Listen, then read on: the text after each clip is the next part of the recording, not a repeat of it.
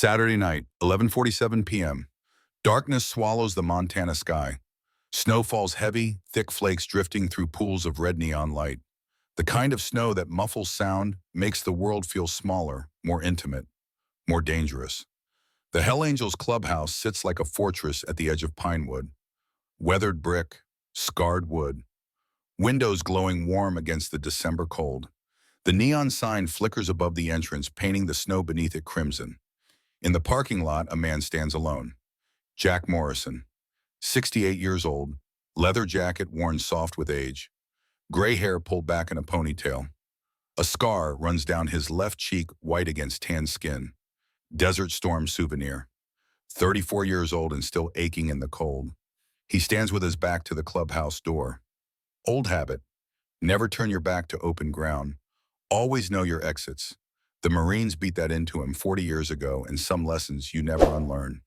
His breath clouds in the freezing air, minus 20 degrees. The kind of cold that makes your lungs burn. He's waiting for what he isn't entirely sure yet. But warriors learn to trust their instincts. And right now, every instinct Jack Morrison has is screaming that something's wrong. The sound reaches him first. A motorcycle engine in the distance, growing louder. Too fast for these conditions. Whoever's riding is pushing hard, desperate. Jack's hand moves to his side. The weight of the 45 is familiar, comforting. Loaded, safety on, one round in the chamber. The bike appears around the corner, headlight cutting through the snow. It's Tommy Hayes, his vice president.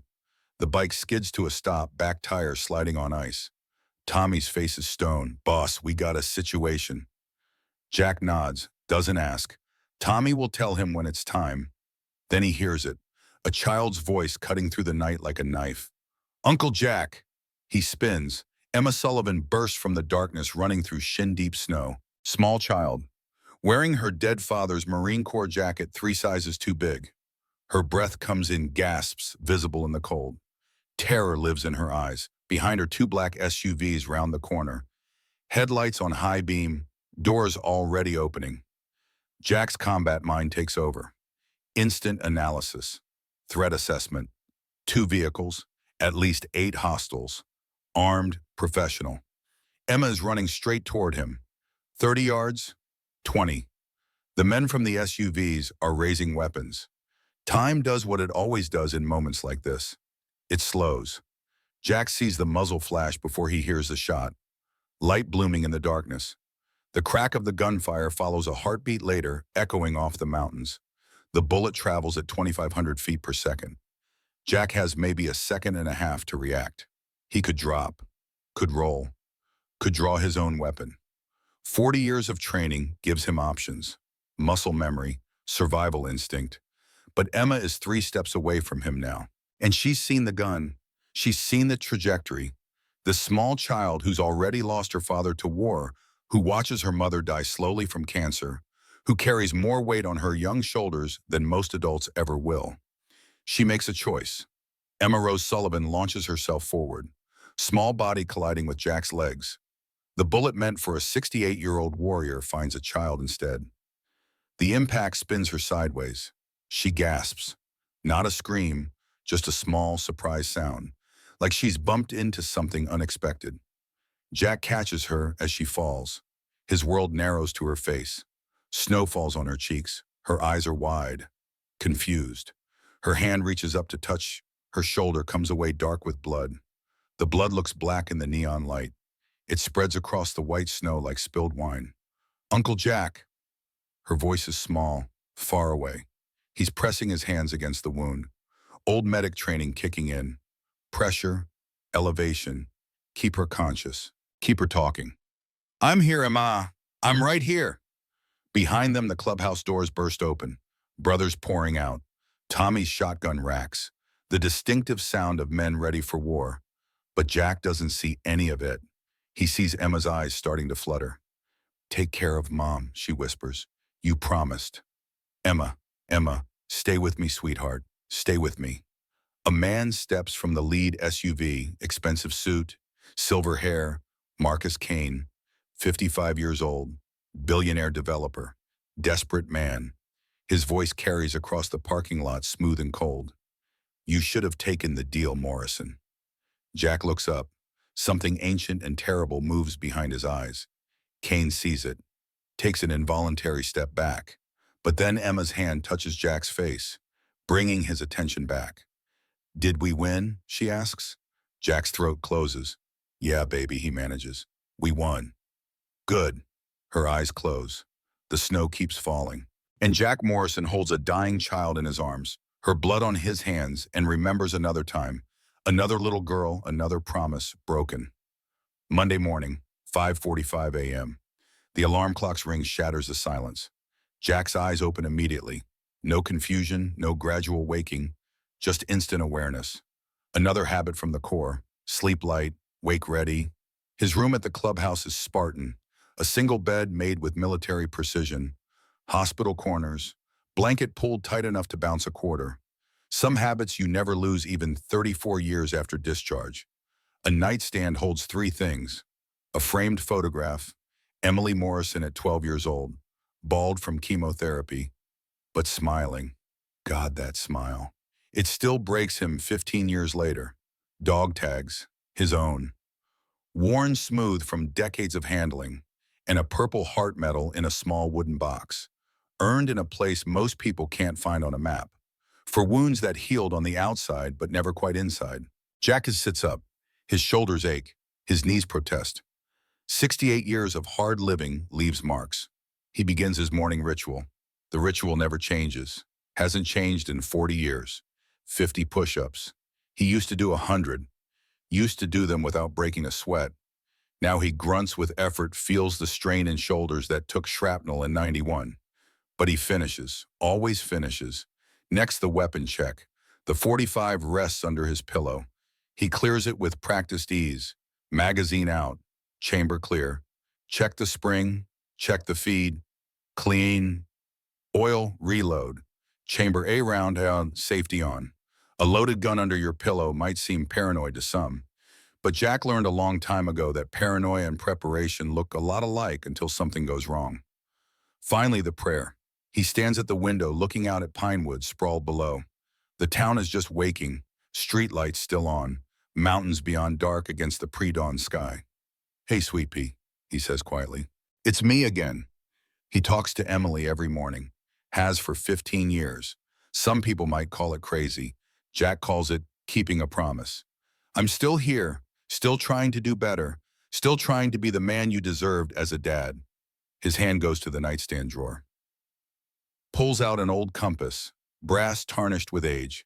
The engraving on the back is worn but readable. "So you always find your way home. Love, Emily." She gave it to him before his last deployment, before Afghanistan, before the IED that took his best friend, before he came home to find his daughter gone. "I'm trying to find my way," he tells the photograph. "I promise." The photograph doesn't answer. It never does. But sometimes the silence feels like forgiveness. Jack pockets the compass. Does it every morning. Has for 15 years. Some rituals are armor. Some are penance. This is both. 6:30 a.m., Main Street. Jack rides through Pinewood as dawn breaks. His Harley rumbles beneath him, the sound echoing off empty storefronts. The town is dying. Has been for years. You can see it in the boarded windows.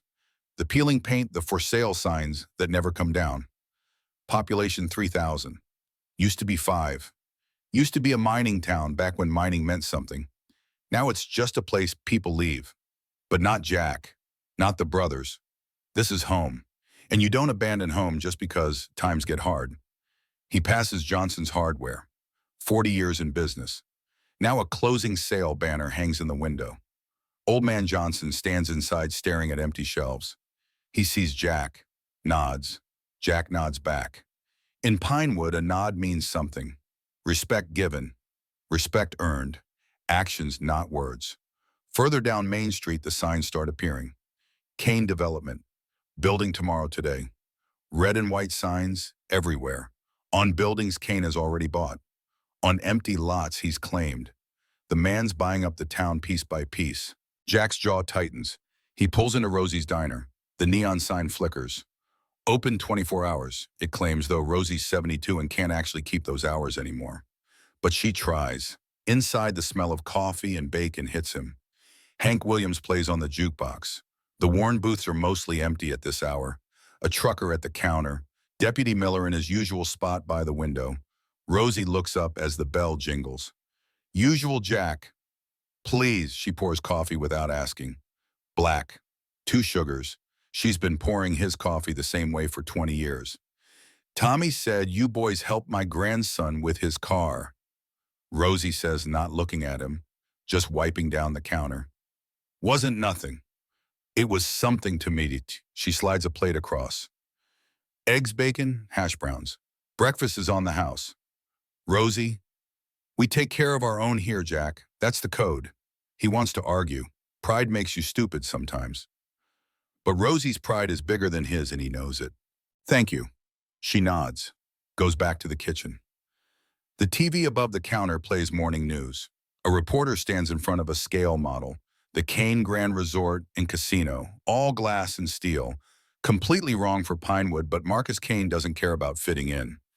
Kane Development's controversial Main Street acquisition faces Friday deadline, the reporter says. If approved by the town council, the project will bring an estimated 500 jobs to struggling Pinewood. However, concerns remain about the demolition of historic buildings, including the century-old St. Mary's Hospital. The trucker snorts. 500 jobs, my ass. It's a casino. Brings drugs. Brings crime. Brings the kind of people who prey on folks having the bad day. Deputy Miller doesn't look up from his coffee, but Jack sees his jaw clench. The deputy agrees even if he won't say it. Miller finally looks over. Their eyes meet. Morrison. Deputy. The tension could be cut with a knife. The local law doesn't like the motorcycle club. Never has. Too much leather, too much noise, too much history of trouble, even if that trouble hasn't happened in a decade. But there's something else in Miller's eyes. Not quite respect, but not quite hostility either. Understanding, maybe. The kind that comes from recognizing another man who's seen things he can't unsee. Heard you boys are planning something Friday, Miller says. Jack sips his coffee. Just a toy drive for the hospital deputy. All legal. Keep it that way. Always do. It's not entirely true, but it's not entirely false either. The Hell Angels walk a careful line. Legal enough to avoid real trouble. Outlaw enough to maintain their identity. It's a balance. And lately it's getting harder to maintain. So 8:00 a.m. St. Mary's Hospital. Across town in the chemotherapy wing, a different morning ritual unfolds. Sarah Sullivan sits in a chair designed for misery. Vinyl. Uncomfortable. The IV in her arm pumps poison into her veins. Poison designed to kill the cancer. Kill it before it kills her. It's a race she's losing. Stage 4 lung cancer. The doctors use words like aggressive and metastatic.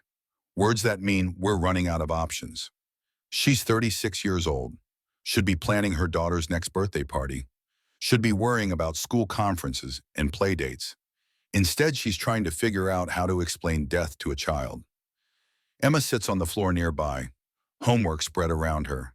Long division, fractions. Work that's supposed to be for 8th graders, but the girl tears through it like it's simple addition. The child is gifted. IQ somewhere north of 140. Reading 4 grades ahead. Math even further. The school wants to skip her ahead. Put her with older kids, but Sarah can't, won't, because Emma needs to be a child while she still can. Childhood ends soon enough without rushing it. Nurse Kim passes by, sees Emma on the floor. Honey, the waiting room has better light for homework. Emma doesn't look up. I need to be where I can see Mom.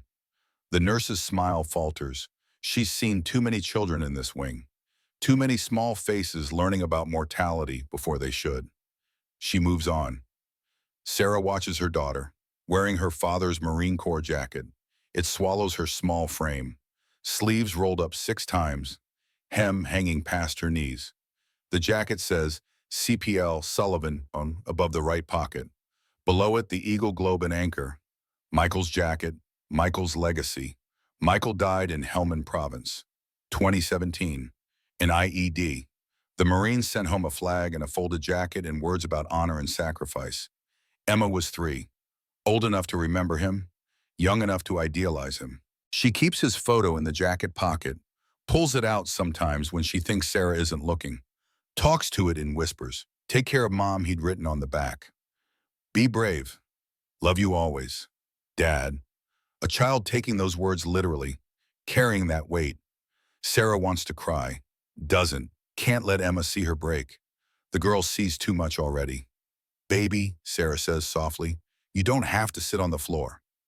Emma looks up, those eyes, Michael's eyes, clear and green and seeing straight through every lie. Yes, I do. Dad said take care of Mom, so I do. And there it is, the weight that's crushing this child, the responsibility no young person should carry.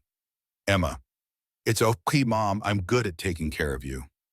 She is. That's the problem. She's too good at it, too competent, too adult. Sarah closes her eyes. The chemo makes her nauseous, makes her tired, makes her wish sometimes that it would just be over. But then she looks at Emma and she fights. Because that's what mothers do, even when they're losing. 8:45 a.m., the fall, hospital parking lot. Snow covers everything, 6 inches from last night, more coming tonight. Winter in Montana doesn't mess around. Sarah and Emma walk toward the trailer park. 2 miles. They could call a cab, but money's tight. Tighter every day. The medical bills pile up faster than Sarah can pay them. $12,000 past due. More every month.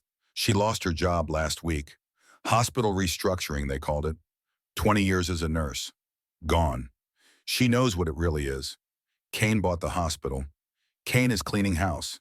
Kane wants his luxury wellness center for casino guests, not a community hospital for locals. But she doesn't tell Emma. The girl carries enough weight. Emma pulls a small plastic sled. On it, a bag of medications. 20 different bottles. Some for pain, some for nausea, some to counteract the side effects of the first medications. $400 a month. Without insurance now, they pass the Hell Angels clubhouse. Sits right across from the hospital access road. Can't miss it. The bike's parked out front, the men in leather working on engines. Emma stares, fascinated, frightened. Sarah pulls her hand. Don't stare, baby. But he looks like, I know, come on. The man Emma's staring at is maybe 70, gray hair, weathered face, working on a motorcycle with practiced ease. His hands move with certainty, like he's done this 10,000 times. He looks up, catches Emma staring. Their eyes meet for a moment. Something passes between them. Recognition, not of each other, but of something shared. Then Sarah pulls Emma away. They cross the street. The ice catches Emma by surprise. Black ice, hidden under fresh snow. Her foot goes out from under her. The sled flips. The medication bag flies open. Bottles scatter, plastic bouncing on concrete. One hits the curb. Glass shatters. White pills spill across the snow like scattered teeth. Emma doesn't cry from the fall. She cries seeing the medicine. No, no, no, no. Her hands are bare. She's picking up pills with fingers already turning red from cold. It's the anti-nausea one. It's $300. We can't afford. Emma, stop your Highness. We need it, Mom. You need it. And then a shadow falls over them. The old biker from across the street. He kneels down, moves slow, careful, like approaching a scared animal. Easy, little one, he says. His voice is deep, gravelly, but gentle. Let me help. Emma recoils. This close he looks dangerous. The leather, the scars, the rough appearance. Everything she's been taught says don't trust strangers, especially not men like this. But the man stops, hands up, showing he means no harm. I'm not gonna hurt you, promise.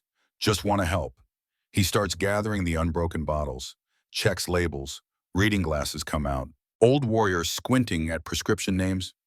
This one's still sealed, he says. This one's okay. The ondansetron is the one that broke. Sarah is surprised he can read medical names, can pronounce them. This rough-looking biker in leather and scars reading prescriptions like a professional. You know medications. Field medic, long time ago. He looks at Emma's jacket, sees the eagle globe and anchor. Marines, Emma's voice is small. My dad's. The man's face changes. Understanding floods his eyes. Not pity, something deeper. Recognition. Your dad had good taste in jackets. That's a good one. He died in Afghanistan. Silence. The kind that feels holy. Then he was a brave man, the old biker finally says. And I bet he'd be real proud of you taking care of your mom. Emma nods. Can't speak past the lump in her throat. The man pulls out his wallet. Cash. He hands it to Sarah. This medicine, it's expensive. Let me replace it. Sarah's pride flares. We don't need charity. It's not charity, ma'am. It's what Marines do. We take care of our own. Your husband was a Marine. That makes you family. We're not, Emma's voice cuts through. Mom, please, you need the medicine. Sarah looks at her daughter, young child, pleading with eyes too old for her face. Okay, Sarah whispers. The man nods, stands. His knees crack, GA and old wounds. Name's Jack Morrison, he says. Most folks call me Ironside. Sarah takes his hand. Sarah Sullivan, this is Emma. Emma. Jack repeats the name like he's memorizing it. That's a good name. Emma is staring at him, really looking, past the leather and scars, seeing something else. Why did you help us? She asks. Jack kneels again so he's at her eye level. Because someone should have helped my daughter when she needed it. What happened to her? She's watching from somewhere better now. Emma nods, understanding. My dad, too. He was a Marine. He died protecting his squad. Jack looks into Emma's eyes, sees something there. Strength, courage, the same fierce determination he saw in his Emily. Then your dad was a hero, Jack says, just like you're being a hero for your mom. Emma's lip trembles, but she doesn't cry, just nods. Jack stands, looks at Sarah. Let me give you a ride home. Too cold for walking. Sarah wants to refuse, but Emma's hands are red. The wind is picking up, and this man's eyes are kind. Okay, she says, thank you.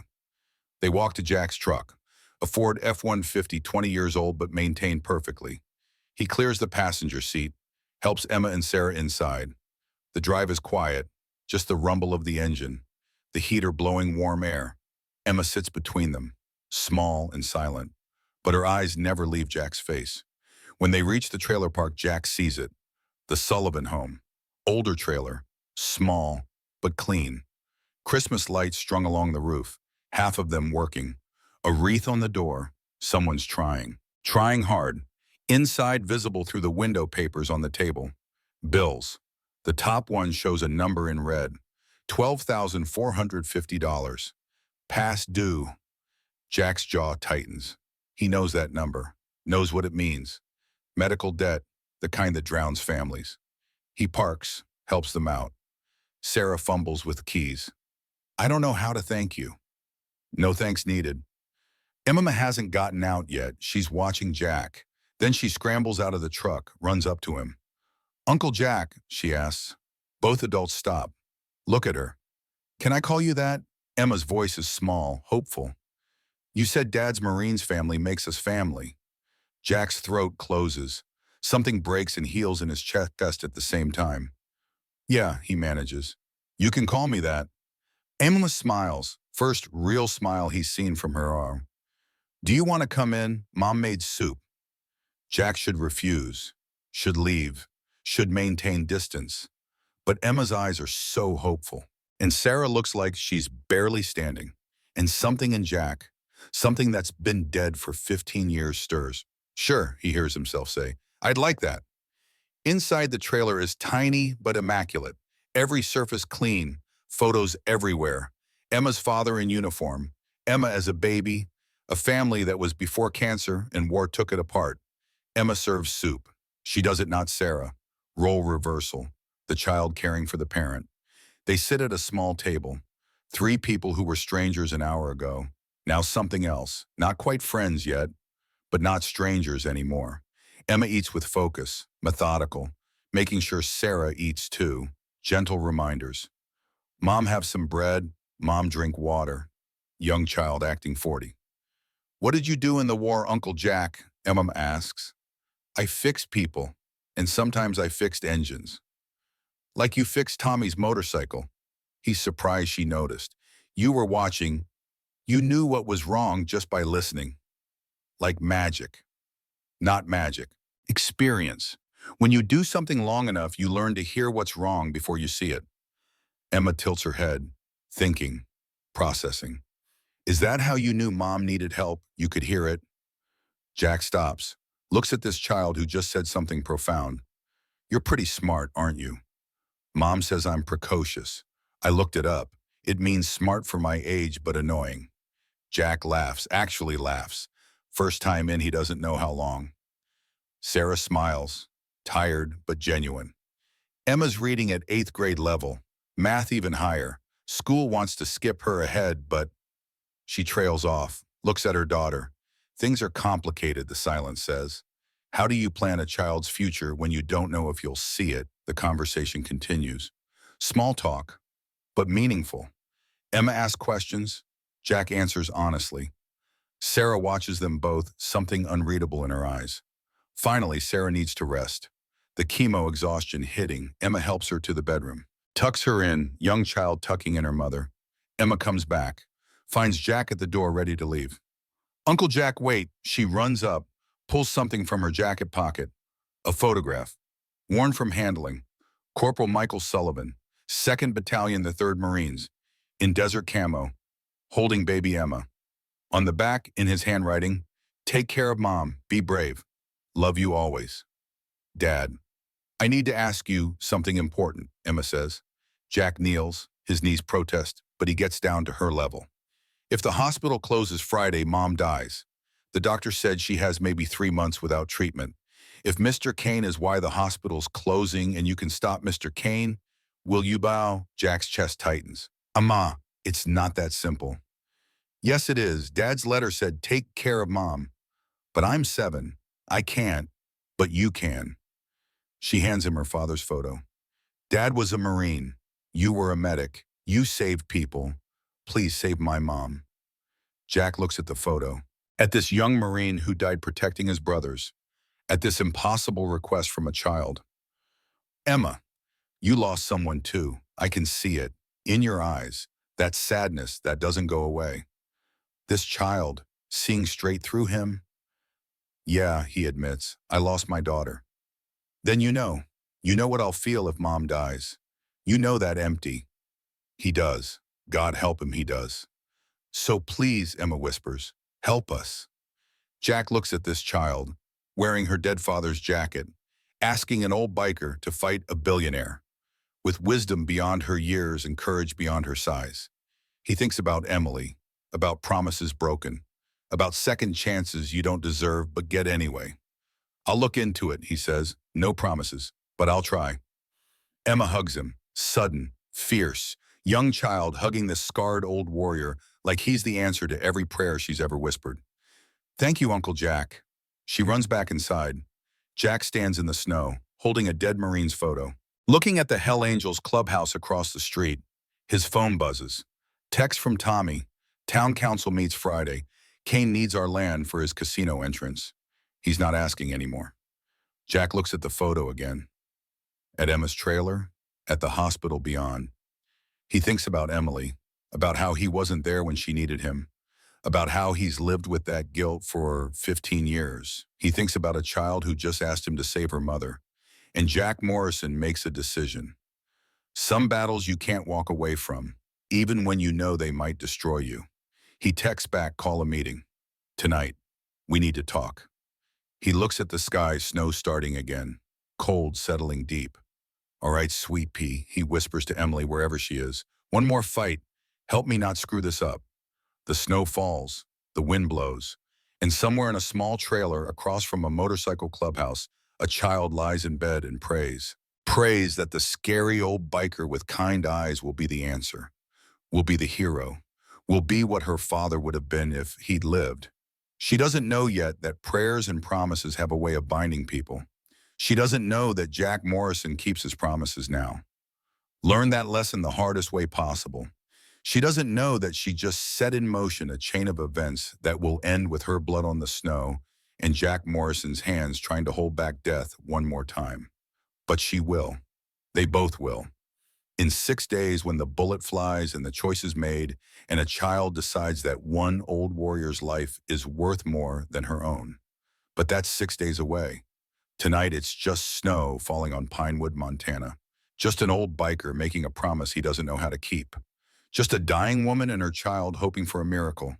And sometimes miracles come wearing leather and scars and carrying 40 years of guilt. Sometimes redemption looks like an old warrior getting one last chance to do it right. Tuesday, December 10, 3 days until Kane's deadline. The screen fades, but the story is just beginning. Tuesday morning, 6:30 a.m. Jack wakes to knocking. Not the alarm, not the usual 5:45 wake-up that's been his routine for 4 decades, but knocking, insistent, young. He's on his feet before his brain fully catches up, hand reaching for the 45 under his pillow. Old instincts die hard. Sometimes they don't die at all. Uncle Jack. The voice stops him cold. Emma. He opens the door. And there she is. Small child, backpack on shoulders, Michael's oversized jacket, shivering in the pre-dawn cold.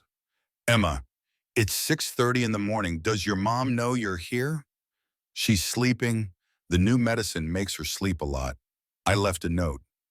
Jack looks past her. The trailer park across the street is dark. Quiet. Snow fell again last night. 6 more inches. The path Emma walked through is visible in the fresh powder. Small footprints. Alone. You walked here by yourself in the dark. Emma gives him a look. The kind that says she's young but not stupid. It's not dark anymore, and it's only across the street. She's right. Dawn is breaking. The sky turning from black to gray to that pale blue that comes before real sunrise. But still, Jack sighs, steps aside. Come in. Imma walks into the clubhouse like she belongs there, looking around with curious eyes. The leather furniture, the motorcycle memorabilia, the bar in the corner, the memorial wall with photos of fallen brothers. It smells like coffee and motor oil, she says. That's about right. I like it. It smells like Dad's garage. Something in Jack's chest squeezes. Emma's eyes find the memorial wall. She walks over, studies the photographs. 15 men, different ages, different wars, all gone. Who are they?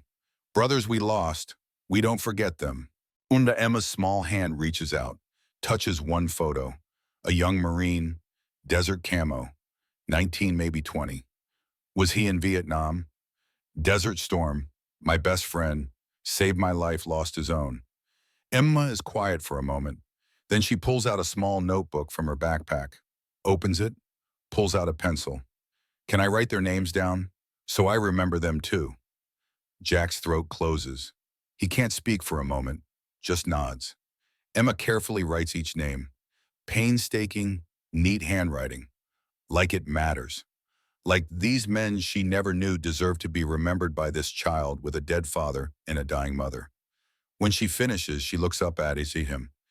Do you think they're watching like Dad? Yeah, I think they are. Good. Then Dad's not alone up there. Christ, this kid. Jack makes hot chocolate. The good kind. Not from a packet. Real cocoa. Real milk. Heated on the stove. The way his own daughter liked it. Emma sits at the workbench, small hands wrapped around the mug. Steam rising in the cold morning air. The clubhouse heater works but barely. Cold seeps through old walls. Uncle Jack, will you teach me? Teach you what? How to fix things. Like you do. I want to learn skills. Dad said skills are what make you valuable.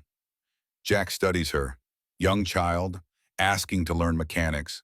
Most kids her age want to play with toys, want cartoons, want easy things, not Emma Sullivan. Why do you want to learn this? Because when Mom gets better, I want to help her. Help pay bills. I can fix people's things, make money. The weight this child carries. The future she's planning. Taking care of her mother. At such a young age. Mama, that's not your job. Yes, it is. Dad said take care of Mom. That means all of it. Jack sits next to her. The old stool creaks under his weight. Your dad meant emotionally, kiddo, not financially. You're young. I'm 7 3/4, and being young doesn't mean I can't help. There's no arguing with that logic. And maybe there shouldn't be. Maybe this is what Emma needs. Purpose, skills, something to hold on to when everything else is slipping away. All right, Jack says, but we start simple. See this carburetor? They work together, Jack patient, Emma focused, showing her how parts fit together, how engines breathe, how mechanics is just problem solving with your hands. She learns fast, scary fast, picks up concepts that took him months, asks questions that go straight to the heart of how things work. Why do you always check twice? She asks, watching him verify a connection. Marine Corps taught me, hope for the best, prepare for the worst. Check once with your eyes, check twice with your hands. Is that why you always know where the exits are? Jack stops, looks at her. You notice that? You did it at our trailer, at the diner yesterday when we saw you. You always look for ways out. This child, missing nothing, seeing everything. Old habit, in war knowing your exits keeps you alive. Are we in a war now with Mr. Kane? Different kind of war, but yeah, kind of. Emma nods, processing. Then I should learn exits too. Jack smiles despite himself. Smart girl. They work for another hour. Emma's hands get covered in grease. She doesn't care, doesn't complain, just keeps learning, keeps trying. Around 8, the door opens. Sarah bursts in. She looks terrible, pale, shaking, fear in her eyes. Emma Rose Sullivan. Emma turns. Guilt floods her small face. You can't just leave. Then Sarah stops, sees her daughter, covered in grease, beaming, holding a wrench correctly, a spark plug in her small hand, and Jack, standing behind Emma, teaching, patient, gentle. Sarah's anger drains, replaced by something else, something softer. You're good with her, Sarah says quietly. She's a good kid, smart as hell. Her father was like that, patient teacher. Sarah pauses, looks at Jack, really looks. I never thanked you. For what? 8 years ago, St. Mary's parking lot.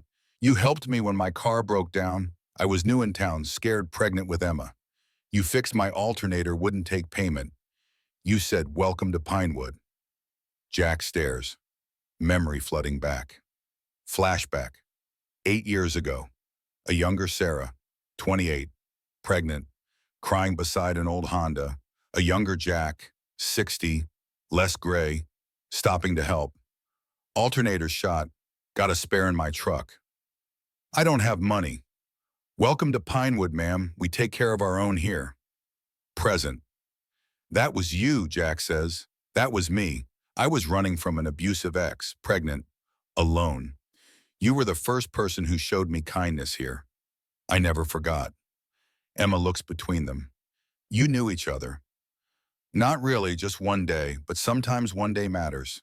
Jack nods, understanding, passing between them. One act of kindness, 8 years ago, creating ripples neither knew existed until now. I'm glad you stayed, Jack says. Me too. Sarah looks at Emma, at her daughter's happy face, first genuine happiness in months. Can she stay here today? I have appointments, and she's happy here. Jack looks at Emma, at those eyes full of hope. She can stay as long as she wants. 10:00 a.m. Tommy's discovery. Tommy Hayes bursts into the garage, laptop under his arm, face grim. Boss, you need to see this. Jack's office. Small, cluttered, desk covered in paperwork. Old filing cabinets, a wall of photos. The Brotherhood over 40 years.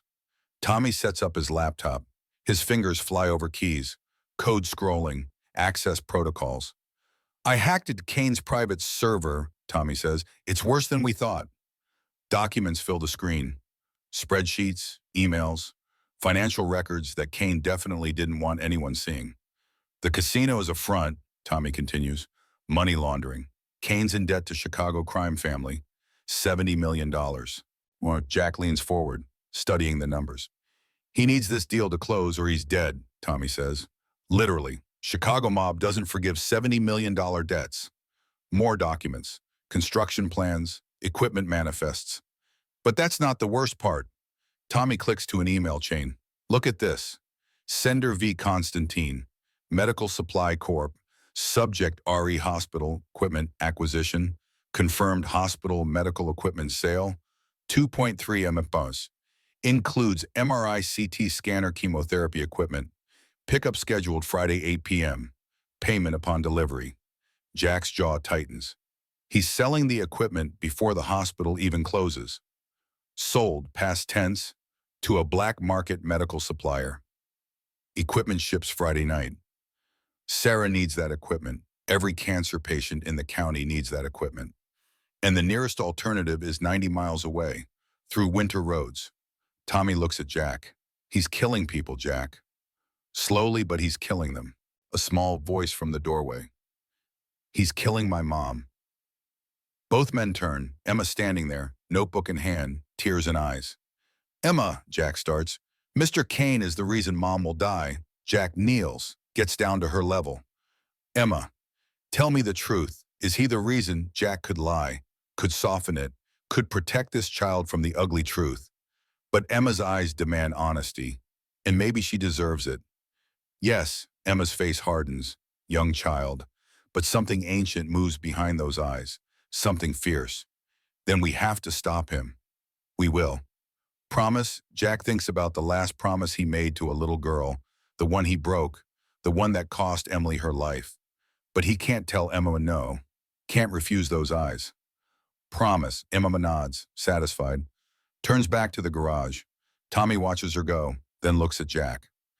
You just promised a 7-year-old we'd take down a billionaire with mob connections. Yeah. You know that's insane, right? Yeah. Good. Just checking. Tommy closes the laptop. So how do we do it? Tuesday night, 7:00 p.m. The clubhouse main room fills with brothers. 15 men, ages 45 to 72. All veterans, all loyal. Jack stands at the head of the table. Old war maps cleared. New documents spread. Kane's plans, his emails, his crimes. Emma insists on staying. Sarah finally agreed. The girls earned it, Sarah said. Let her see what fighting back looks like. Emma sits in the corner, quiet, watching, learning. Jack begins. Here's what we know. He lays it out, piece by piece. Kane's casino, the mob debt, the hospital equipment theft, the Friday deadline. If Kane doesn't close this deal by Friday at 5 p.m., he's a dead man. Chicago mob doesn't forgive. Bull, the oldest brother, speaks up. So we just don't sell. Let the mob take care of Kane for us. Emma's voice cuts through, clear, strong. No. 15 hardened bikers look at a child. Emma stands, walks to the table. Too small to see over it. Jack lifts her up, sets her on a chair so she can see. If the mob kills Mr. Kane, the casino still happens, Emma says. Someone else takes over. The hospital still dies. My mom still dies. Tommy nods slowly. Kid's right. We need to stop the deal entirely. Doc Miller, the club's unofficial physician, leans forward. I have an idea, but it's risky. Doc explains, Kane's casino license requires community approval. Town hall meeting Thursday night. If we can prove he's acting illegally, selling hospital equipment before legal transfer, for example, the license gets revoked. We need proof, Jack says. I have emails, Tommy says, but emails can be faked. We need physical evidence. Emma pulls out her notebook. She's been writing, thinking, planning. Where's the equipment now? She asks. Tommy checks his laptop. Still at hospital. Ships out Friday night, 8 p.m. Then we take pictures, before it ships, prove it's being stolen. Jack shakes his head. Mom, that's breaking and entering. No, I volunteer at the hospital with Mom. I have an access badge. Kids are allowed. Nobody suspects kids. The room goes quiet, uncomfortable. Adults looking at each other, using a child for a mission. It goes against everything they believe. Sarah stands from where she's been listening. Absolutely not. Mom. No, Emma, it's too dangerous. Emma looks at her mother, young child, but her voice is steady. Sure. Mom, I can do this. I'm small. I can go places adults can't, and nobody watches kids. She's right, Tommy says reluctantly. Security at the hospital is light, but it's there. Emma could walk right past it. Sarah looks at Jack, pleading. Tell her no. Protect my baby. But Jack sees something else. He sees Emma's determination, her intelligence, her courage. He sees a child who's been taking care of her dying mother, who's already carrying weight no young person should bear, who's already fighting a war every single day. Maybe this is how she fights back. If, Jack says carefully, if we do this, I go with her, and at first sign of danger we leave, no heroes. Deal, Emma says immediately. Sarah looks between them, her daughter, this old biker who came into their lives 2 days ago. Thursday night, Sarah says finally. During town hall, Kane will be at the meeting. Hospital will be near empty. Jack nods. Thursday night. The plan forms. Details hammered out. Entry points, exit strategies, backup plans. Emma listens to everything, asks smart questions, points out problems the adults miss. By midnight, they have it.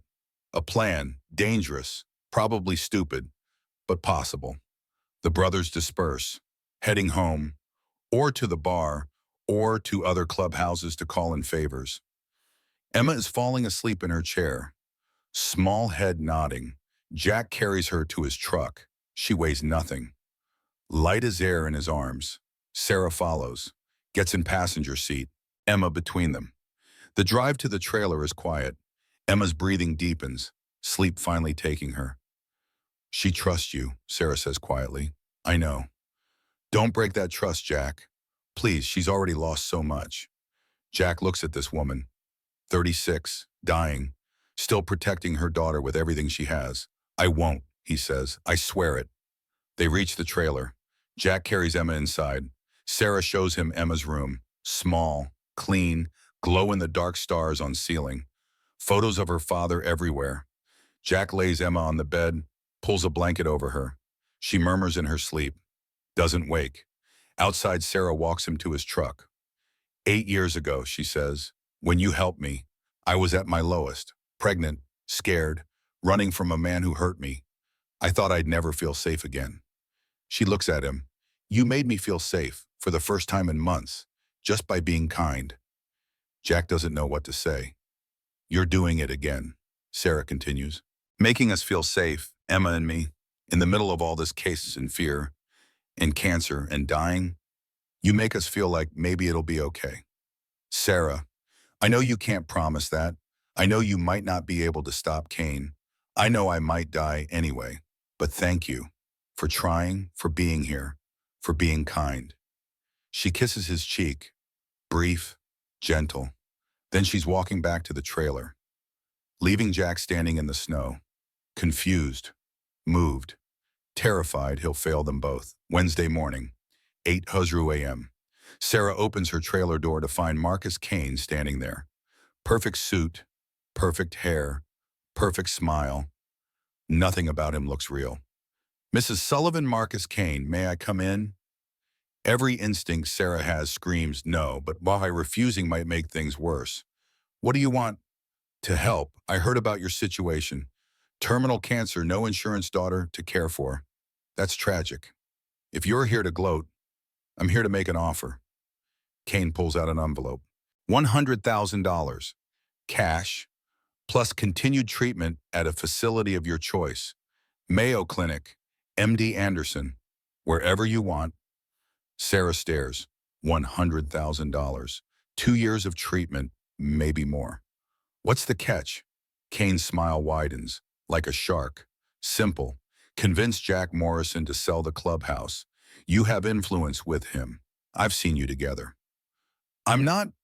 $100,000, Mrs. Sullivan. That's 2 years with your daughter. 2 more Christmases, 2 more birthdays. All you have to do is convince an old biker to take a very fair price for his property. Kane leans closer. His voice drops, intimate, threatening. Think about Emma.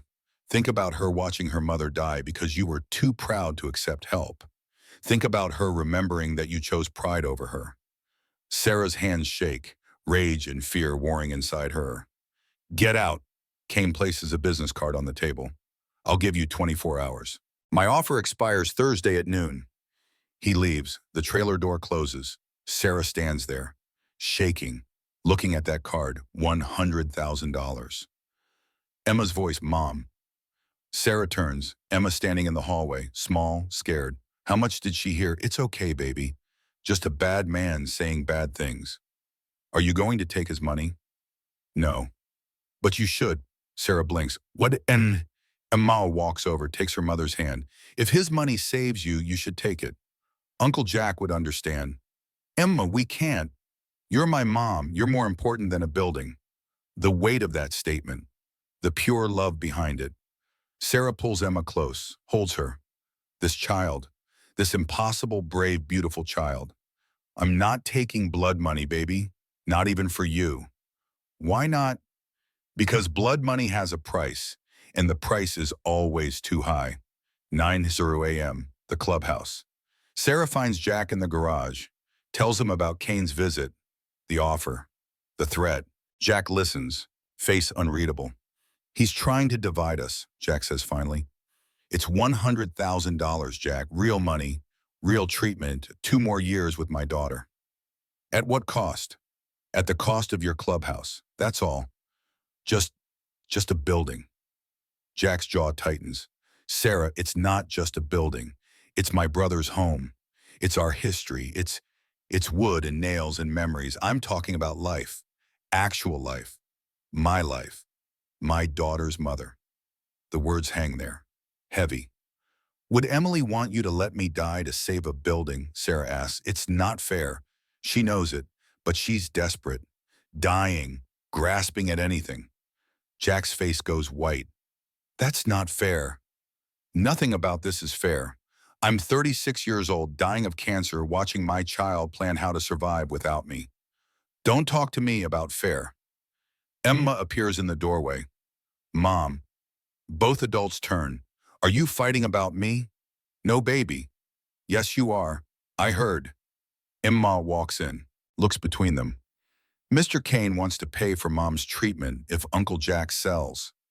She looks at Jack, those green eyes, her father's eyes. Uncle Jack, you should sell. Emma, I mean it. My mom is more important than a building. She's more important than anything. Jack kneels, gets to her level. What if I told you that selling the clubhouse kills other people, other families, that Kane's plan destroys the hospital and that kills dozens of people? Emma's lip trembles, but it saves my mom. And that's enough. One life for dozens. When it's my mom, yes. Tears pour down her face. She runs out. Jack and Sarah stand in silence. The impossible choice between them. One life or many, love or justice, selfishness or sacrifice. There's no right answer, just choices and consequences. Noon, Detective Wilson. Frank Wilson walks into the clubhouse like he owns it. State police detective, 60 years old, 30 years on the bar, retirement pending. He looks old, tired, worn down by too many years seeing too much evil. Morrison, we need to talk. Jack leads him to a private room. Tommy follows. Wilson sits, pulls out a folder. Photos spill across the table. A young man, 19, smiling. Graduation photo. Danny Wilson, my son, died 5 years ago, fentanyl overdose. Jack stays quiet, listening. The drugs came through Kane's construction sites. I've been investigating for 5 years. I'm close, Jack. So damn close. But I need evidence. Wilson looks up, red eyes, haunted. If Kane's casino deal closes, he gets protection through tribal gaming compact, diplomatic immunity, untouchable. My investigation dies. My son's death means nothing. He slides more photos across. But if you help me, we nail him. For my son, for your town, for every family he's destroyed. What do you need? The hospital equipment sale. If we can prove he's trafficking stolen medical equipment, it's federal crime. No immunity. But we need evidence before Friday.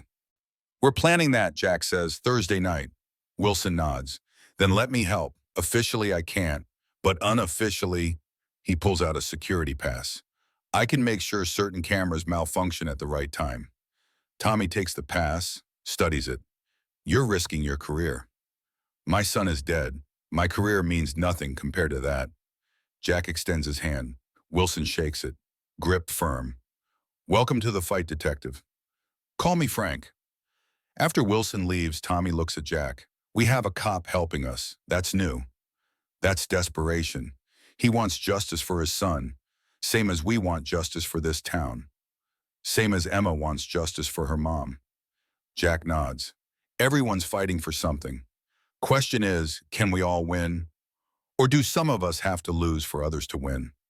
Jack doesn't answer, because he doesn't know. Wednesday night, 10:30 p.m., Emma can't sleep. She gets up, looks out her window at the clubhouse across the street. Lights still on. Motorcycles outside. She sees Jack step outside, alone, smoking. He only smokes when he's stressed. She's noticed that. Even from this distance, she can see the weight on his shoulders. Emma pulls out her notebook, the journal she keeps, has been keeping since her father died.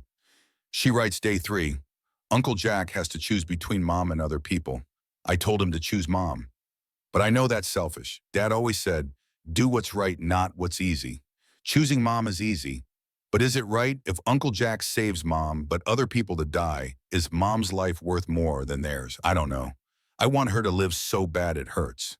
But would she want to live if it costs other people their lives? I don't know what the right answer is. I'm only 7 3/4.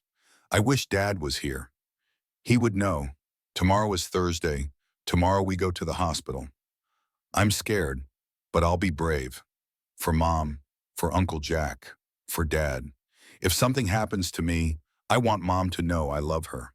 And I'm not scared of dying if it means she gets to live. Emma Rose Sullivan, age 7 3/4. She closes the notebook, looks at her father's photo. Dad, if you're watching, help me be brave tomorrow.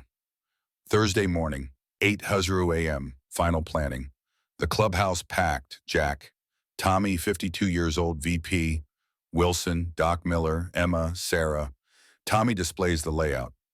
Town hall starts at 7 p.m. Kane will be there plus his security team.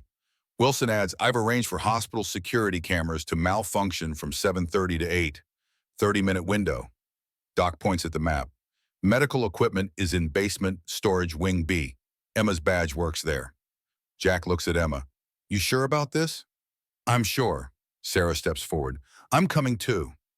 Sarah, you're too weak. That's my daughter going into danger. I'm coming. No room for argument in her voice. The plan is simple. 1, Emma and Sarah enter hospital normally.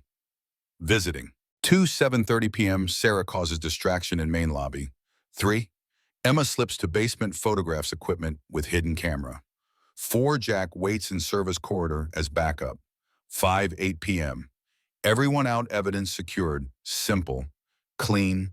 What could go wrong? Everything Jack thinks, but doesn't say. 7:00 p.m. Town hall, Pinewood Community Center packed. 300 residents, maybe more. Kane at the podium, charismatic, selling the dream. Jobs, future, investment. That's what Pinewood Casino Resort brings. 500 jobs, 20 million in annual revenue. A future for your children. Crowd murmurs. Some nod, others frown. Bull stands. Old biker, old Marine, some old man who's seen too much to believe easy promises. What about the hospital? Kane's smile doesn't waver. The hospital is outdated, barely functional. My wellness center will provide better care. Doc Miller stands. For Kane's casino guests, not for locals. Nearest oncology center will be 90 miles away. Sometimes progress requires difficult change. Sarah stands, Emma beside her, mother and daughter, both small, both fierce. My daughter is 7 years old. I have stage 4 cancer. If your casino opens and the hospital closes, I die. How is that progress? Silence. The crowd shifts, uncomfortable, looking at this dying woman and her small daughter. Kane's mask slips, just for a second, annoyance flashing through. Mrs. Sullivan, I've offered you personal assistance. You offered a bribe to betray my friends. That's not assistance, that's coercion. Emma stands on her chair, small voice, but clear, cutting through the noise. So, Mr. Kane is a bad man. Kane looks at her. Little girl, you're stealing hospital equipment, selling it before you even own it. That's illegal. Silence. Heavy, dangerous. Kane's smile is ice. That's a serious accusation. Do you have proof? Emma's eyes meet his. Not yet, but I will. Kane's smile widens. I look forward to seeing that evidence. And Jack, standing in the back, feels it. The trap, the setup. Kane knows. Somehow he knows. 7:30 p.m., St. Mary's Hospital. Emma, Sarah, Jack enter through the main doors. Quiet, almost empty. Night shift skeleton crew. Sarah's badge works. Emma's works. They're inside.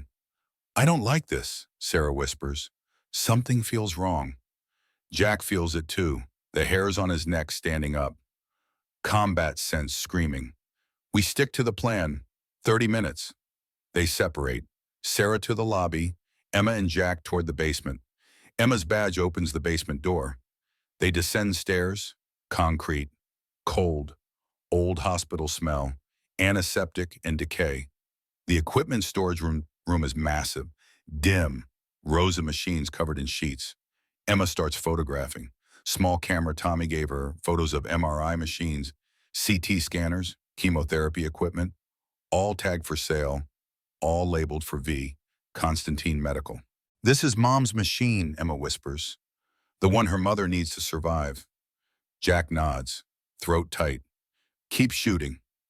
Then lights, bright, blinding, flooding the room. Kane's voice echoes. Hello, Mr. Morrison. Kane steps from shadows, 4 security guards with him, armed. Jack pushes Emma behind him. Run! She tries the door, locked. Kane smiles, that shark smile. Did you really think I wouldn't know I've been waiting for you? Jack's hand moves toward his weapon. But guards already have theirs drawn. Let the girl go. This is between us. No, Mr. Morrison, she's precisely the point. You care about her. That's your weakness. Kane signals. Guards move forward. Jack fights. Old Marine training. 40 years of muscle memory. Takes down one guard, then another. But he's 68. They're younger. 4-1. The math doesn't work. Emma screaming, Uncle Jack! Jack shouting, Emma, run! Emma doesn't run away, runs toward Kane. Fierce, wild. Young child attacking a grown man. I have the photos. Let him go, or I delete them. Kane looks amused. Smart child, give me the camera. No, Kane nods. Guard grabs Emma. She bites his hand, actually bites him. Draws blood. Guard drops her. Emma runs, but wrong direction. Deeper into the basement, into the maze of corridors. Jack breaks free. Follows. Emma, the chase is on. Emma running, using what Jack taught her. Stay small, move fast, know your exits, but she's young. They're adults. The math still doesn't work. Jack fights guards off her, taking hits, taking damage, but keeping them away from Emma. She reaches the loading dock. Badge works, door opens. She bursts into snow and night. Jack right behind. Emma, stop. She stops, turns. Behind Jack, Kane and guards emerging. In front of Emma, open parking spot. Tommy's truck waiting. Engine running. Kane, the camera, or Morrison dies. Guard puts gun to Jack's head. Emma looks at the camera, at Jack, at Kane. She's crying, scared. Young child facing men with guns. Emma, give it to him, Jack says. It's not worth your life. But it's Mom's life. Kane, smart girl. Choose. Emma looks at the camera, makes a decision. Catch. She tosses it. Not to Kane, over the fence, into darkness beyond. Kane. No. Guards scramble. Chaos. Confusion. Jack breaks free, grabs Emma. They run. Behind them shouting. Pursuit. Gunfire. Bullets kicking up snow. They reach Tommy's truck. Jack throws Emma in. Tommy floors it. Tires spin. Catch. They're moving. Away. Gone. 8:30 p.m. Clubhouse. They burst in. Brothers surround them. What happened? Trap. Kane was waiting. We lost the camera. Sarah runs to Emma. Are you hurt? I'm okay, Mom, but I lost the evidence. I'm sorry. Defeat settles over the room. Heavy. Crushing. Bull, so that's it? We lost. Jack sinks into chair, feeling every one of his 68 years. Yeah, we lost. Then Emma's hand digs into her jacket pocket. Unless, small SD card in her palm.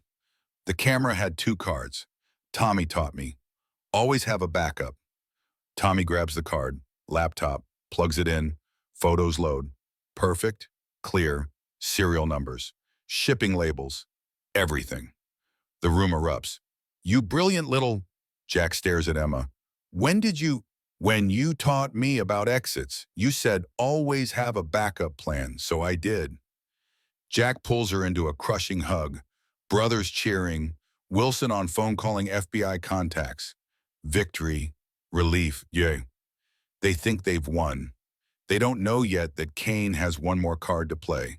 They don't know about the corrupt FBI agent. They don't know that tomorrow, Friday, everything will fall apart. But tonight they celebrate. Brief moment of hope in the darkness. Emma falls asleep in Jack's arms. Small, exhausted, brave beyond measure. Sarah watches them. This old biker, her daughter, something unspoken passing between them.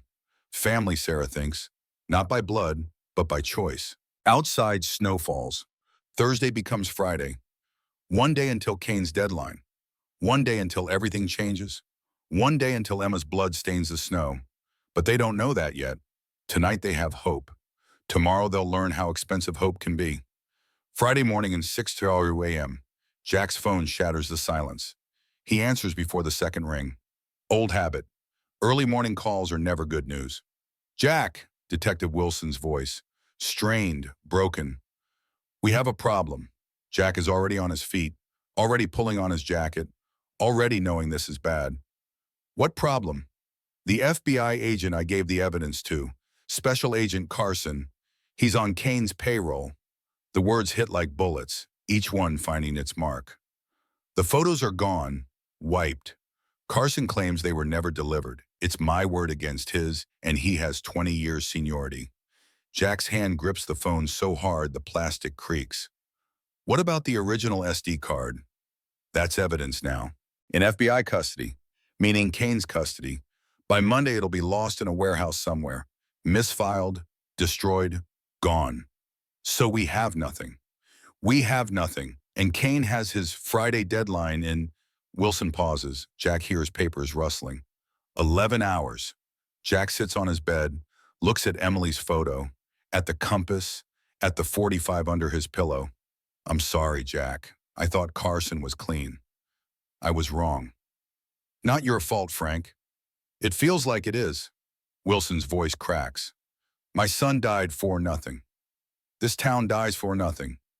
Sarah dies for nothing, all because I trusted the wrong man. We're not done yet. Jack, we're out of options. No evidence, no time, no leverage. Kane wins. Jack ends the call, sits in the pre-dawn darkness, 68 years old, tired, beaten, out of miracles.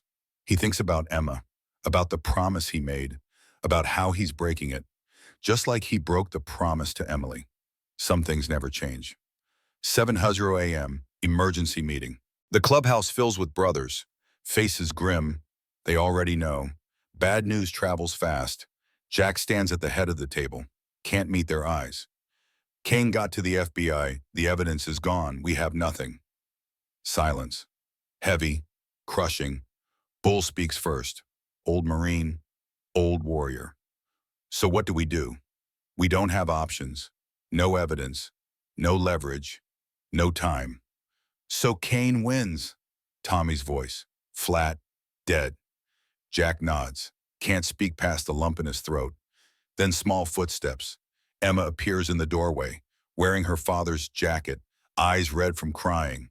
Sarah behind her, hand on her daughter's shoulder. Emma walks to the table, too small to see over it. Jack lifts her, sets her on a chair. No, Emma says, voice small but steady. Am I a sweetheart? I said no, Dad didn't quit. You don't quit. We don't quit. Jack kneels, gets to her level. Emma, there's nothing left. There's always something. You taught me that. Always have a backup plan. Tommy shakes his head. Kid, we don't have. Yes, we do. Emma looks around the room, at 15 hardened bikers, at her dying mother, at this old warrior who promised to save them. We go back. Back where? To the hospital. Tonight. We don't take photos. We take the actual equipment. We steal it. Hide it. Kane can't ship what he doesn't have. The silence that follows is deafening. Bull finally speaks. That's grand theft. That's survival, Emma says. Young child, voice steady as stone. Doc Miller leans forward, thinking. She's right. If we can delay the shipment past midnight, Kane misses his deadline. The deal collapses. That's 10 years in prison if we're caught, Jack says. Emma looks at him. Those green eyes, her father's eyes. That's my mom's life if we don't try. Sarah steps forward. Jack, no, I won't let you go to prison for... Emma spins, faces her mother.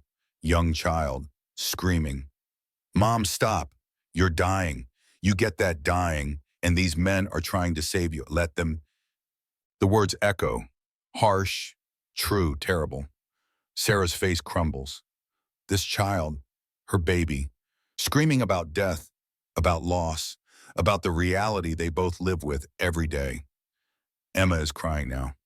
Please, Uncle Jack, please. One more try, please. Jack looks at his brothers, at Emma, at Sarah, at the choice that's no choice at all. Friday night, he says, 8 p.m. We hit the hospital. We take everything we can move. We hide it until Kane's deadline passes midnight. Tommy straightens. That's 6 hours to move medical equipment. Then we better work fast. Bull grins. Fierce, dangerous. Now we're talking. The meeting dissolves into planning, logistics, routes, vehicles, backup plans. Emma watches, learning. This is what warriors look like when they refuse to surrender. This is what love looks like when it fights back. 5:00 p.m. Kane's deadline passes without signature. Marcus Kane stands in his office, phone pressed to his ear, face white. I understand the consequences, Richard. Yes, I know what Chicago expects.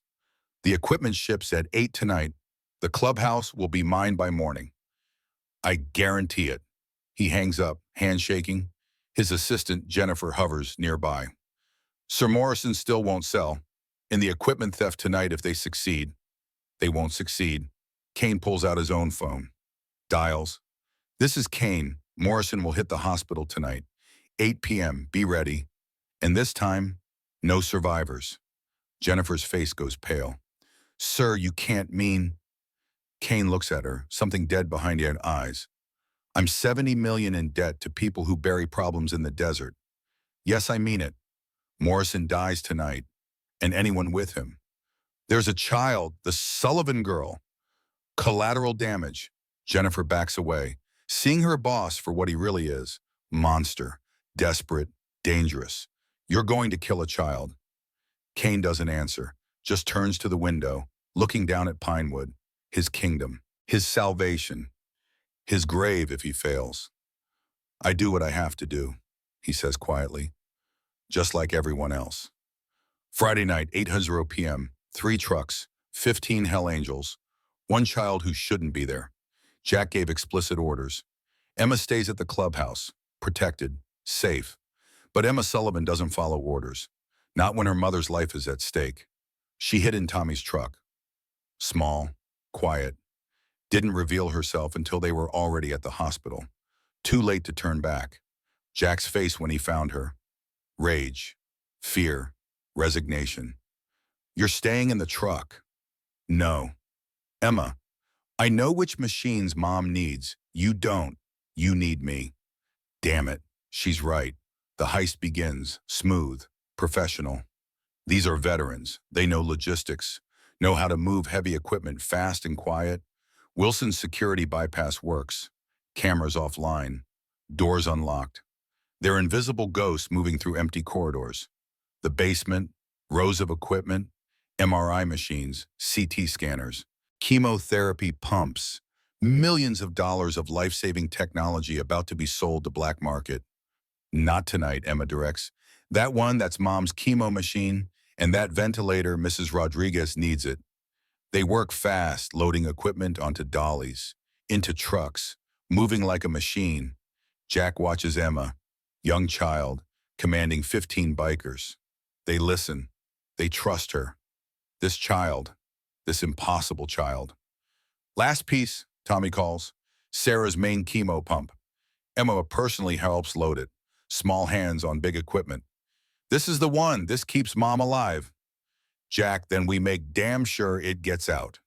They load it, strap it down, almost done, almost home free. Then headlights, multiple vehicles, coming fast, SUVs, black, unmarked. Kane. Move, Jack shouts. Get the trucks out. Engines roar. The first two trucks pull away. Equipment secured, getting clear. But Emma is still near the loading dock, securing final straps, making sure nothing breaks. Emma, come on.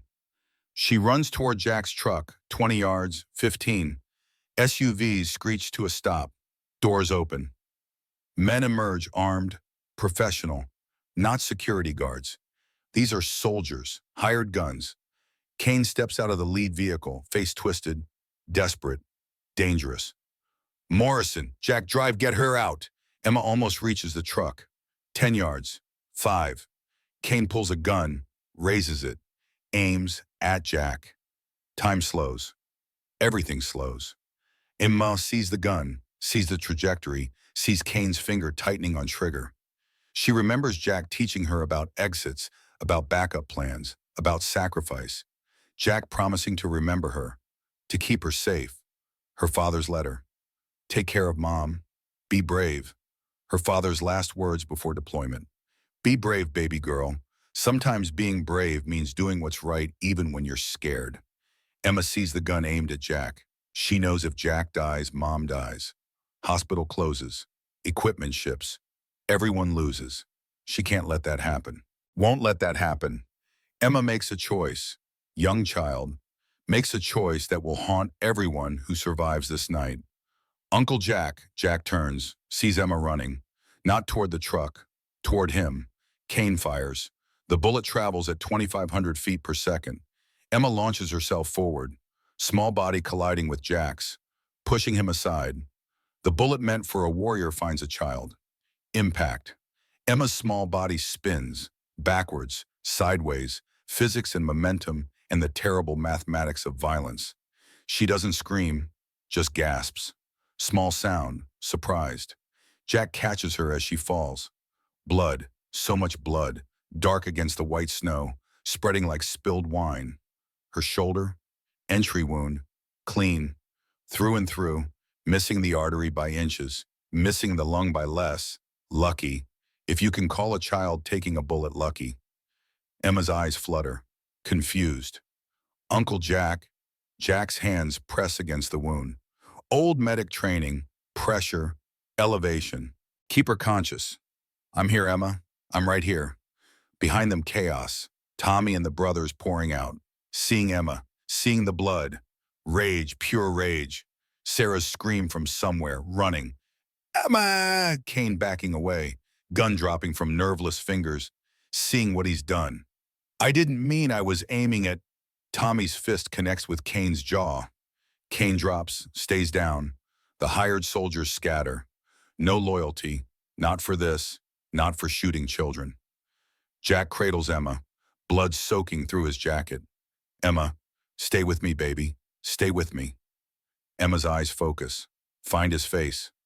Did we win? Jack's throat closes. Can't speak, just nods.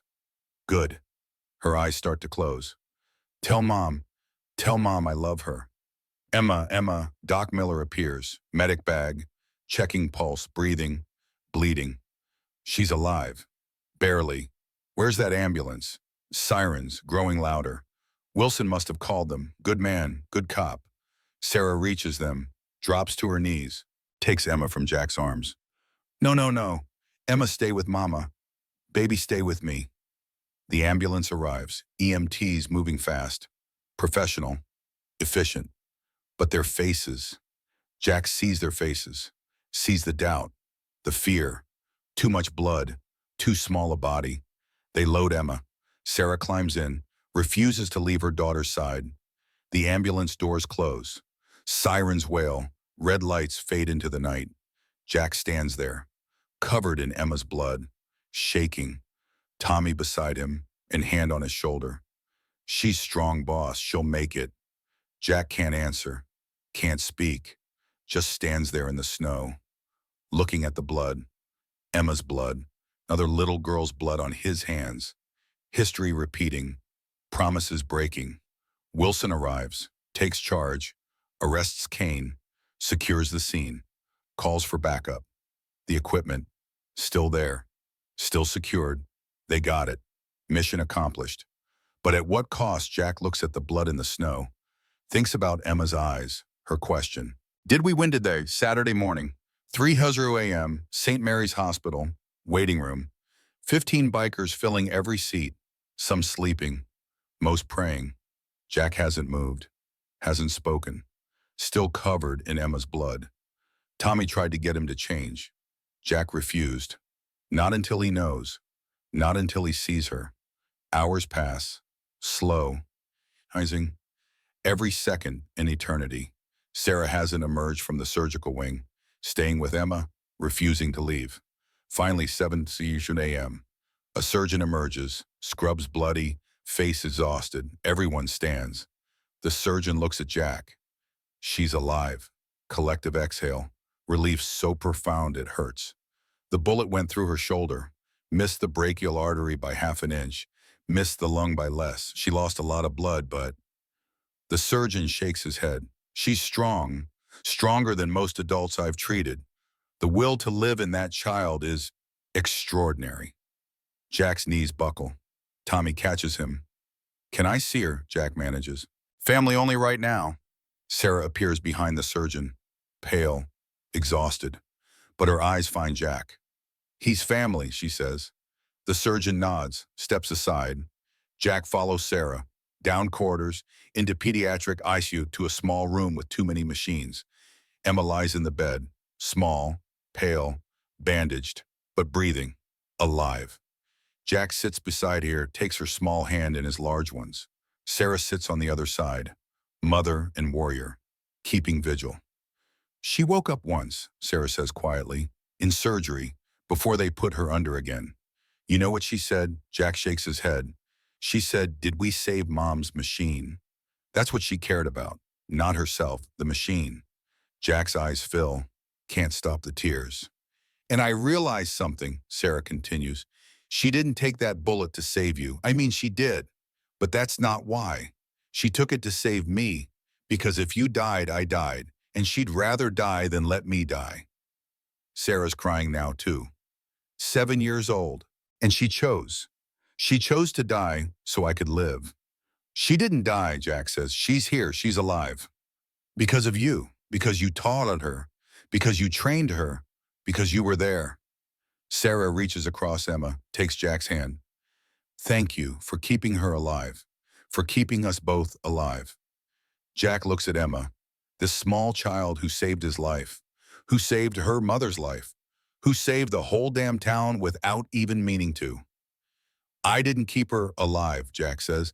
She kept me alive, has been keeping me alive since the day she asked me to help. They sit in silence, keeping vigil, waiting for Emma to wake. Outside, the sun rises on Friday. Kane's deadline passed. The deal collapsed. The hospital saved. They won. But the price. God, the price. Sunday afternoon, 2:00 p.m. Emma's eyes open. Jack is still there. Hasn't left. Won't leave. Not until she's okay. Uncle Jack, his hand tightens on hers. Hey, kiddo. Emma looks around, confused, trying to piece together what happened. Did I get shot? Yeah, baby, you did. Did I take a bullet for you? You did. Emma smiles, small, tired. Cool, like a real Marine. Jack laughs through tears, like a real Marine. Sarah appears, been getting coffee, drops the cup when she sees Emma awake, runs to the bed. Emma, oh God, baby. Hi, Mom. Emma's voice is weak, but steady. Did we save your machine? Sarah laughs and cries at the same time. Yes, baby, you saved it. You saved everything. Emma's eyes close again. Good, I'm tired now. Sleep, sweetie. We're right here. Emma sleeps, mother and warrior keeping watch. Outside the room, the brothers gather. Quiet, respectful, wanting news. Jack emerges. She's okay. She's going to be okay. Bull grins. Tough kid. Toughest I've ever met, Jack agrees. Tommy pulls Jack aside. Kane's in federal custody. Wilson made sure of it. Trafficking stolen medical equipment. Attempted murder. Money laundering. He's done. Good. The equipment's back at the hospital. Community ownership now. Sarah's job is safe. Her treatment continues. Jack nods, too tired to feel relief yet. And Jack, the town council voted. Hell Angels Clubhouse is officially a historic landmark. Protected. Kane's casino project is dead. Jack leans against the wall. It's over. They won. Emma paid the price, but they won. Is it worth it? Tommy asked quietly. Winning like this? Jack looks through the window, at Emma sleeping, at Sarah holding her daughter's hand. Ask me in 10 years, when Emma's 17, when Sarah's still alive to see it, then I'll tell you if it was worth it. 3 months later, March 2025, spring comes to Pinewood. Snow melting, grass showing, mountains turning green, the kind of spring that feels like rebirth, like hope, like second chances, St. Mary's Hospital. Community owned now, thriving, saved by 15 bikers and one child. Sarah sits in her oncologist's office. Jack beside her, Emma in the waiting room reading, always reading. The doctor looks at scans, compares them to previous ones, looks up. Sarah, the tumor is shrinking. Sarah stops breathing. The clinical trial from Mayo Clinic, the one the community fundraiser paid for, it's working. We're seeing real reduction, significant reduction. What does that mean? Sarah's voice barely a whisper. It means you're responding to treatment. It means you have time, maybe a lot of time. How much? The doctor's face softens. We don't know. Cancer is unpredictable. You might have months. You might have years. You might beat it completely. We don't know. But I have hope. You have hope. Sarah breaks down, crying. Jack holds her. This woman who's been preparing to die for months. Now maybe she doesn't have to. There's no guarantee, the doctor continues. The cancer could come back. Treatment could stop working. This isn't a cure. This is a reprieve, a chance. That's enough, Sarah says. A chance is enough.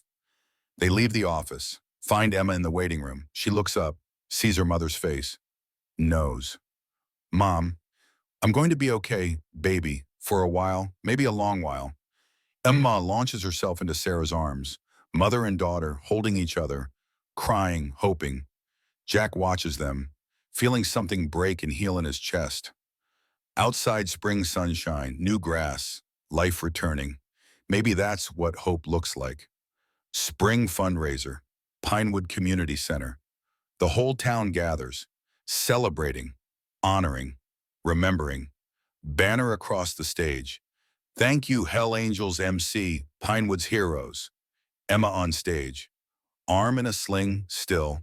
Healing but not healed. The scar will stay forever. Reminder of the night she chose love over life. The mayor hands her a plaque. For bravery beyond measure, we honor Emma Rose Sullivan, who risked her life to save our community. Standing ovation, 300 people on their feet, cheering, crying, grateful. Emma stands at the microphone, small, shy, but her voice carries. I just did what my dad taught me. Take care of people. Be brave. Don't run away. She looks at Jack in the audience. And what Uncle Jack taught me. That family isn't just blood. It's who shows up, who fights for you, who keeps promises. More applause, more tears. After the ceremony, Jack finds Sarah outside, watching Emma play with other kids. Normal, happy, alive. She talks about you constantly, Sarah says. Uncle Jack this, Uncle Jack that. She's a good kid. She asked me something yesterday. What? Sarah looks at him. She asked if, when I'm gone, if you would take care of her. Jack's chest tightens. Sarah, I'm not dying tomorrow. Maybe not for years, but eventually. And when that time comes, would you, Sarah, I'm 68 years old, and you're the only person she trusts as much as she trusted her father. Would you, Jack looks at Emma, laughing, running, scar visible on her shoulder, badge of honor, proof of love. Yes, he says. Of course, yes. Sarah kisses his cheek, longer this time, meaningful. Maybe we should get dinner sometime, when this isn't all so crazy. Jack blinks. Are you asking me on a date? I'm 36, you're 68, I have cancer. You have PTSD and smoke too much. We're a mess. Sounds about right. Is that a yes? Yeah, that's a yes. Sarah smiles. First real smile he's seen, full of hope and possibility and maybe futures. They stand together, watching Emma play, watching spring return, watching life continue despite everything trying to stop it. Emma's 8th birthday, August 2025. Clubhouse decorated, balloons, cake. All the brothers.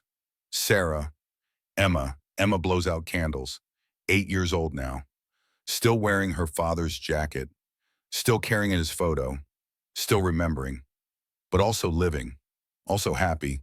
Also whole despite the scars. Later, Emma finds Jack alone in the garage. Uncle Jack, can I ask you something? Anything. She pulls out papers, adoption forms. Mom showed me these. They're for you, to adopt me, if something happens to her. Jack's throat closes. I want you to, Emma continues, but I want to ask first. Do you want to be my dad? For real? Jack kneels, knees cracking, getting down to her level one more time. Emma Rose Sullivan, I would be honored to be your dad, more honored than anything in my life. Even though I'm not yours, not really. Jack pulls her close. You are mine. Maybe not by blood, but by everything that matters. You're mine, Emma, and I'm yours. That's what family is. Emma hugs him, fierce, strong. I love you, Dad. Jack's eyes close. I love you too, baby girl. Behind them, Sarah watches, smiling, crying, grateful for this second chance. This impossible family built from grief and courage and love. Outside, summer sun, mountains green, life continuing, inside a family. Broken pieces made whole, scars that heal, promises kept. Final scene, sunset, wide aerial shot, clubhouse below, mountains beyond, pine woods stretching toward the horizon. Camera finds Jack and Emma, standing outside, his hand on her shoulder, her hand holding his. Emma's scar visible, badge of honor, proof of the night she chose love. Jack's face, peaceful, finally, after 40 years of war and 15 years of grief, finally at peace. Voiceover, Jack's voice, deep, gravelly, true. Someone once asked me what makes a warrior. I used to think it was strength, training, experience. But Emma taught me different. A warrior is someone who fights for what matters, who stands when everyone else runs, who takes the bullet meant for someone else. Emma Rose Sullivan is 8 years old. She's braver than any Marine I served with, tougher than any warrior I've known. And she's my daughter, not by blood, but by choice, by promise, by love. 15 years ago, I broke a promise to my daughter, Emily. Wasn't there when she needed me. Lived with that guilt every day since. But Emma gave me something I didn't deserve. A second chance, a chance to keep a promise, a chance to be the father I should have been. She took a bullet for me. But the truth is she saved me long before that. Saved me from guilt, from grief, from the ghost of my own failures. Family isn't who you're born to, it's who you choose. Who chooses you, who stands beside you when everything falls apart. Emma chose me, Sarah chose me, and I choose them. Every day, for whatever days I have left. That's what love looks like.